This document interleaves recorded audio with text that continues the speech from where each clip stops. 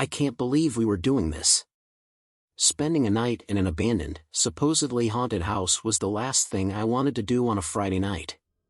But peer pressure is a funny thing, and when my friends, Sarah, Mark, and Alex, suggested it, I reluctantly agreed. We gathered in front of the decaying mansion, our flashlights trembling in our hands. The moon cast eerie shadows across the broken windows and crumbling bricks. I shivered, despite the mild summer night, and muttered, "This is a bad idea, guys." Sarah, always the fearless one, grinned. "Come on, it'll be an adventure. And besides, it's just an old house, right?" Mark added, "Yeah, and we've got this." He held up a dusty Ouija board he had found in his attic. "We'll use this to communicate with any spirits here, and when nothing happens, we'll have a good laugh." As we ventured inside, the creaking floorboards and musty air made the atmosphere even more unsettling. We found a dimly lit room with tattered wallpaper peeling from the walls. It was the perfect setting for our ghostly escapade. We placed the Ouija board on a rickety table and gathered around, our hands trembling with a mix of excitement and trepidation. "All right, let's do this," Alex said, his voice cracking a bit. We placed our fingers lightly on the planchette and began to ask questions. At first, nothing happened. We laughed it off, convinced that it was all just a silly game. But then, the planchette started moving on its own, spelling out words with a deliberate slowness that sent shivers down my spine.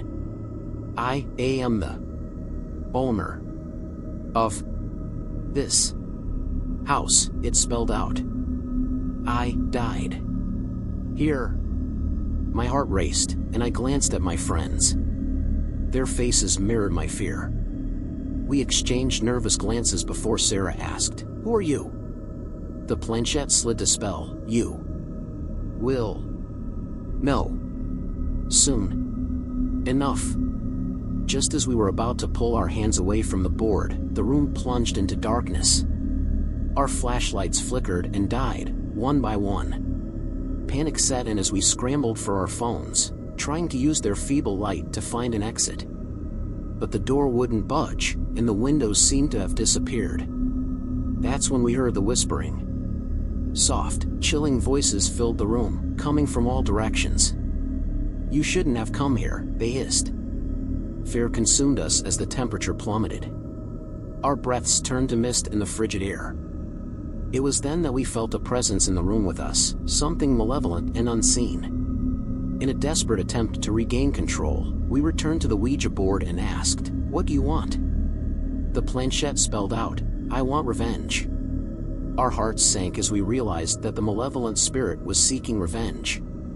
Terrified and desperate to appease the vengeful spirit, we asked, "What can we do to make amends?" The planchette moved slowly, spelling out its demands. "You are going to help me uncover the truth about my death," it said, lacing the last word with venom. "I have been left in mystery and darkness for so long. I want vengeance." With trembling hands, we agreed to help, hoping it would release us from this nightmare. The room grew colder, and a ghostly figure began to materialize before our eyes.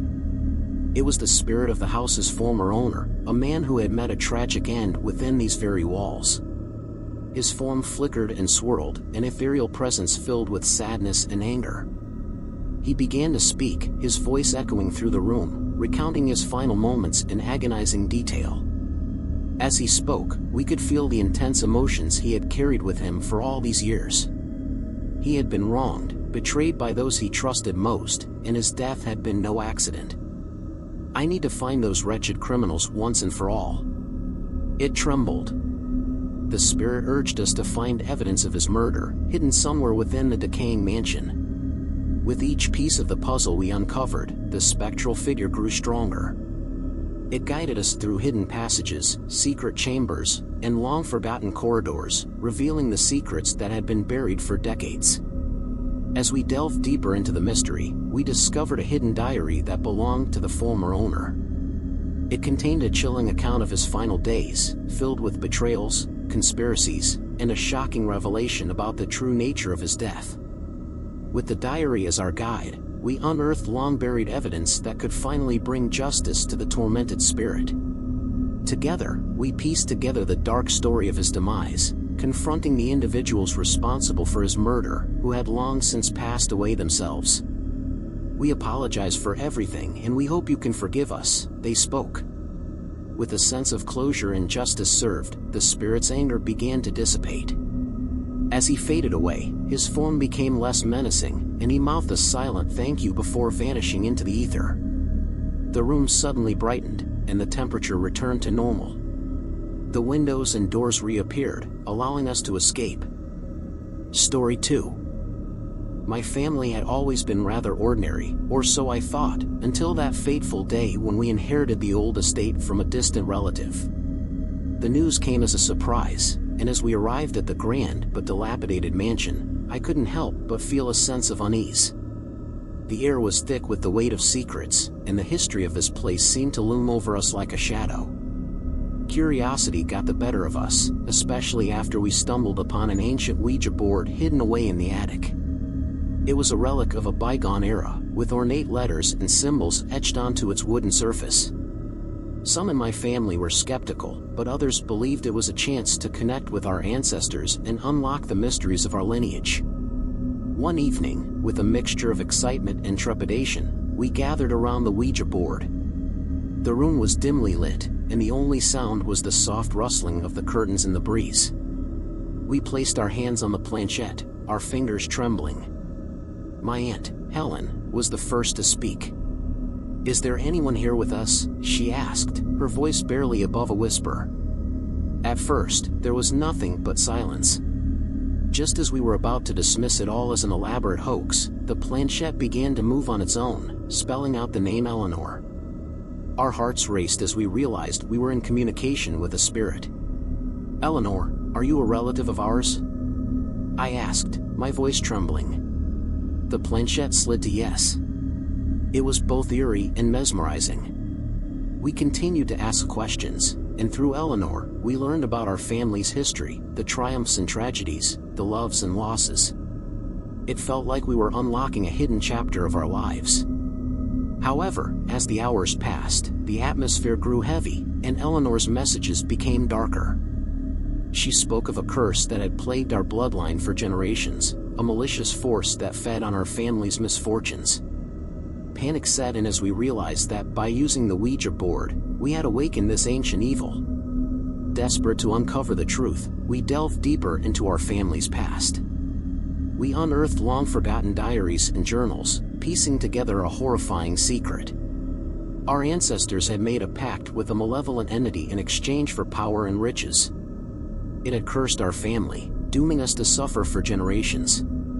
"We have to figure this out, now," I said.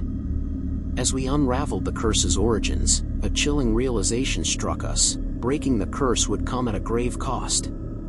The entity demanded a sacrifice, a member of our family, to be offered willingly in exchange for the curse to be lifted.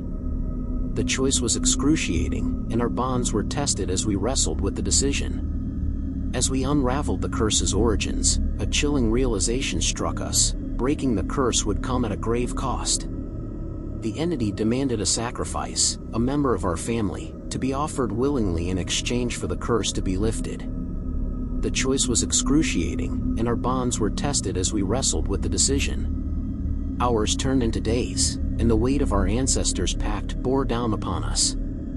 We convened in the dimly lit study, where the ancient Ouija board still rested.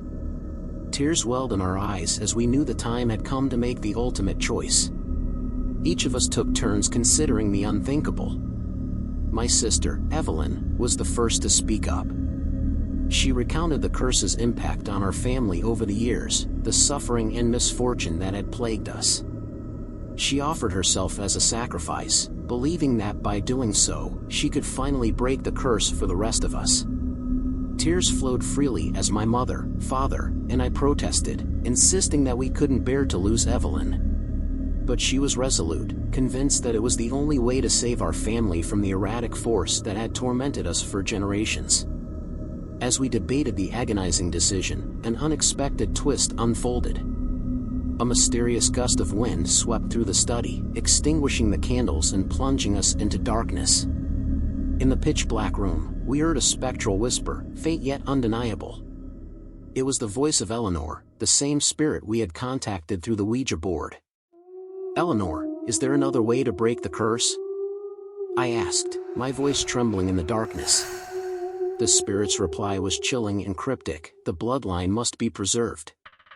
"That means it can't be Evelyn then," my mother whispered aloud, meaning that we knew who it had to be. "It's okay, my love," my father spoke to my mother. "You'll take great care of the children without me, I know it." In the end, my father, the patriarch of our family, made the ultimate sacrifice. Tears streamed down our faces as he offered himself to the malevolent force, severing the curse that had tormented our lineage for centuries.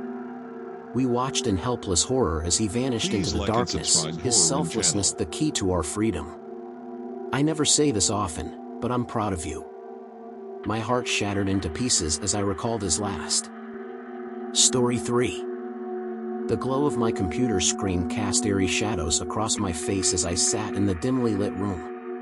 It was a regular Saturday night, or so I thought, until my group of online friends and I decided to venture into the world of the supernatural. We had all gathered on a video chat platform, scattered across different parts of the world, ready to embark on a virtual Ouija board session. We had heard stories, seen videos, and read about the mysterious allure of the Ouija board, and we couldn't resist trying it out ourselves. It was a thrill, connecting with friends across the globe and attempting to communicate with spirits, all from the comfort of our homes. As the digital planchette appeared on our screens, we felt a sense of excitement mixed with trepidation. Our usernames flickered on the side, each representing a friend I'd never met in person but had known for years through our shared love for gaming. We were united by our virtual bonds, our friendship forged in the pixels of the online world. "Is there anyone there?" one of us asked, not sure what to expect. The cursor on the board moved, spelling out a name, Caitlin. We exchanged puzzled glances. None of us knew Caitlin, and we hadn't expected to make contact so quickly. Tentatively, we continued to communicate with this spirit, asking simple questions and receiving coherent responses. Caitlin claimed to be a friendly presence, offering guidance and seemingly harmless insights into our lives. "I have no reason to harm anyone," she typed out. "I just want to be your friend." The last word had a hint of venom, but I choked it up to be just my imagination from the adrenaline.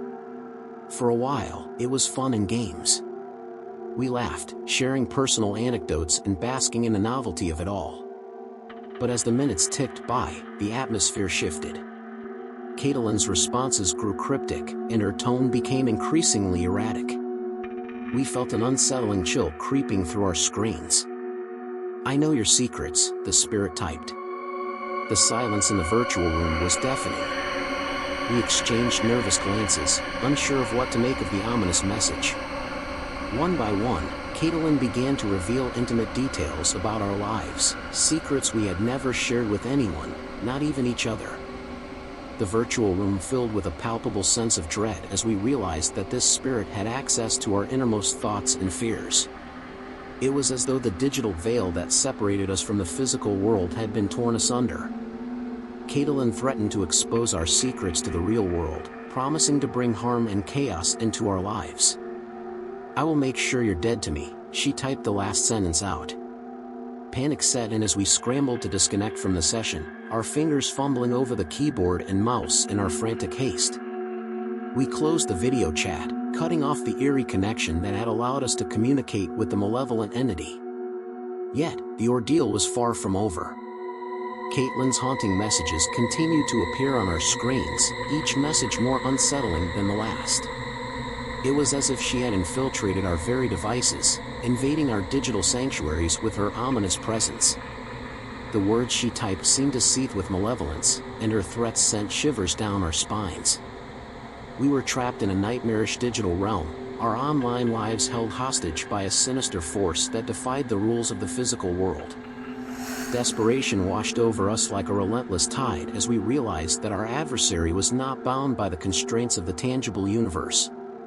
It was a disconcerting reminder that the digital realm, while offering endless possibilities, also harbored unseen dangers that could shatter the boundaries between reality and the virtual world.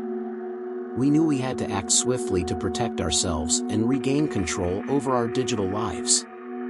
Our fear became a driving force, pushing us to devise a plan to confront this entity head-on. With trembling hands, we reached out to a friend who possessed expertise in cybersecurity, hoping that his skills could trace the source of our torment and sever the nefarious connection. The minutes that followed felt like an eternity, each passing second filled with a palpable sense of dread. We huddled together, both physically and virtually, as we anxiously awaited our tech-savvy friend's response. The sound of our collective heartbeats seemed to resonate in the silent darkness of our respective rooms, a testament to the sheer terror that had gripped us. Finally, a message from our cybersecurity expert flashed on our screens, and a collective sigh of relief swept through our virtual gathering. He had succeeded in locating the source of the malevolent entity, a malicious computer program crafted by a skilled hacker who had infiltrated our session with sinister intentions. With unwavering determination, our friend had managed to quarantine the nefarious program and painstakingly remove it from our devices, one by one. The weight of